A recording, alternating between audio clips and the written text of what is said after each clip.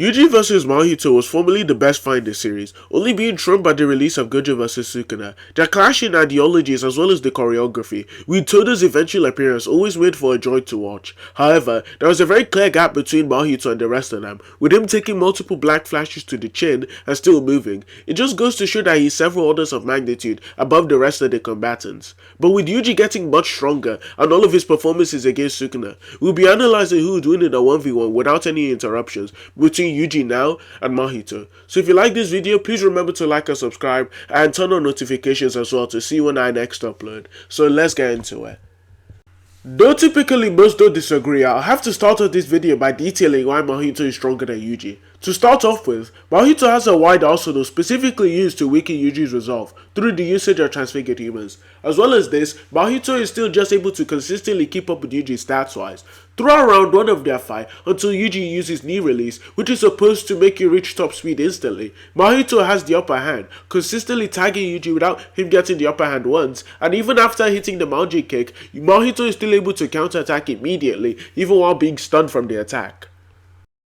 Throughout the early stages of their fight, up until the very end, Mahito has a very strong implication of him playing around with Yuji. He states himself that he could have split Yuji's skull at the very beginning of the fight, and if you notice at multiple instances of the fight where he could summon multiple transfigured humans and beat down Yuji while working in tandem with them, he chooses to fight alone. This is due to Mahito's condescending nature towards Yuji's philosophy, as he states himself that Yuji can't even beat him until his fight mindset actually changes. And further showing that this narrative backing of the fight just makes it even more beautiful, aside from all of the perfect choreography. But there's a very clear implication that Mahito right now isn't taking Yuji seriously. Yuji doesn't have the resolve needed to beat somebody like Mahito.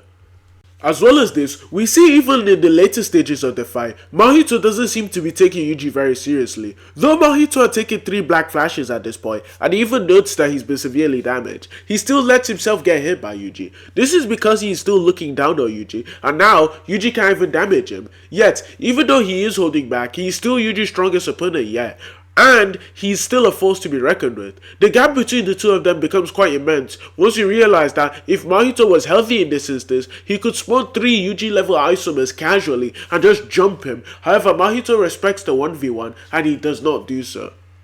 Now, to further go over some abilities that could be useful in Mahito's fight against Yuji, first of all we have his isomers. They are basically iron golems which he can spawn at any time, with up to 4, and they are able to compete and fight equally with 120% Shibuya Yuji and Todo, who are monsters in their own right.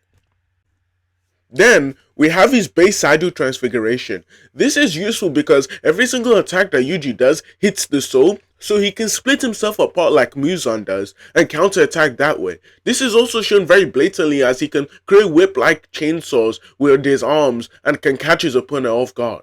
Like Geto and Megumi, Mahito also has the ability to create grunts who can fight for him, though he doesn't inherit the fraudulence from either of them.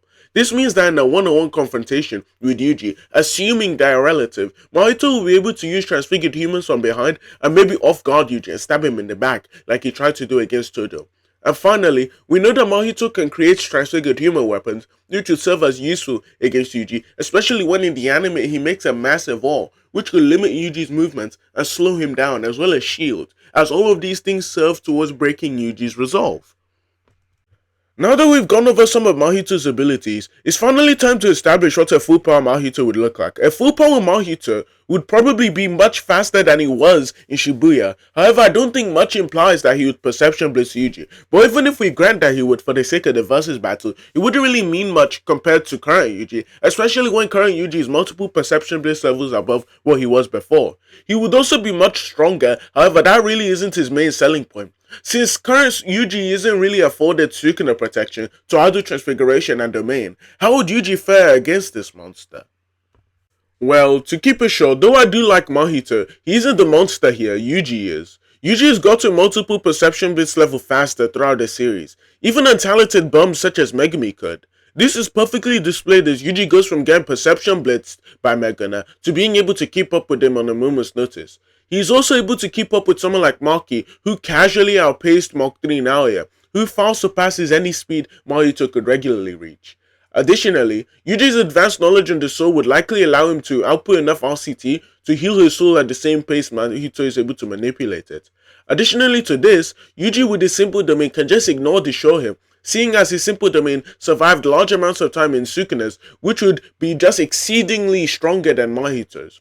Unlike what happened with Toda, I've been speculating for a bit, and I wonder if Yuji could get hit in the limbs by Hydro Transfiguration, and then just cut them off and grow it back, with Verse Curse technique of course, seeing as he healed off multiple killing shots by Sukuna.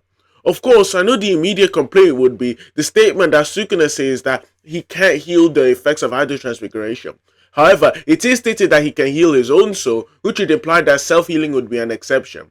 So in terms of speed, Yuji absolutely blows Mahito out of the water even before his awakening. Once we compare his feats against True Form Sukuna, the gap between the two of them just becomes even wider. To be honest, it's kind of sad seeing that Yuji and Mahito have such a large gap between them, especially when they had such similar growth rates. So if Mahito was still alive, it would probably be on Yuji. Though people do like to cope about it, Yuji blocks almost every single usage of cleave that Sukuna throws out, and we don't really get an explanation as to how, and we likely won't. However, it also seems that he doesn't take damage on his arms from the cleaves either. His immense reaction speed is also highlighted extremely as he beats down the same Sukuna who almost perception blitz his Maki, and he outperforms Yuta and Gojo's body in terms of hand to hand. Overall, with this information, Yuji leaves Mahito in the dust if they fight. Even if we let him get jumped by all of the disaster curses at once, Yuji would still win with ease. Again, please remember to like and subscribe, and leave a comment down below expressing whether it be your agreement or disagreement. Just let me know, I want to hear your opinion. And with this has been Shenra, and I'm out.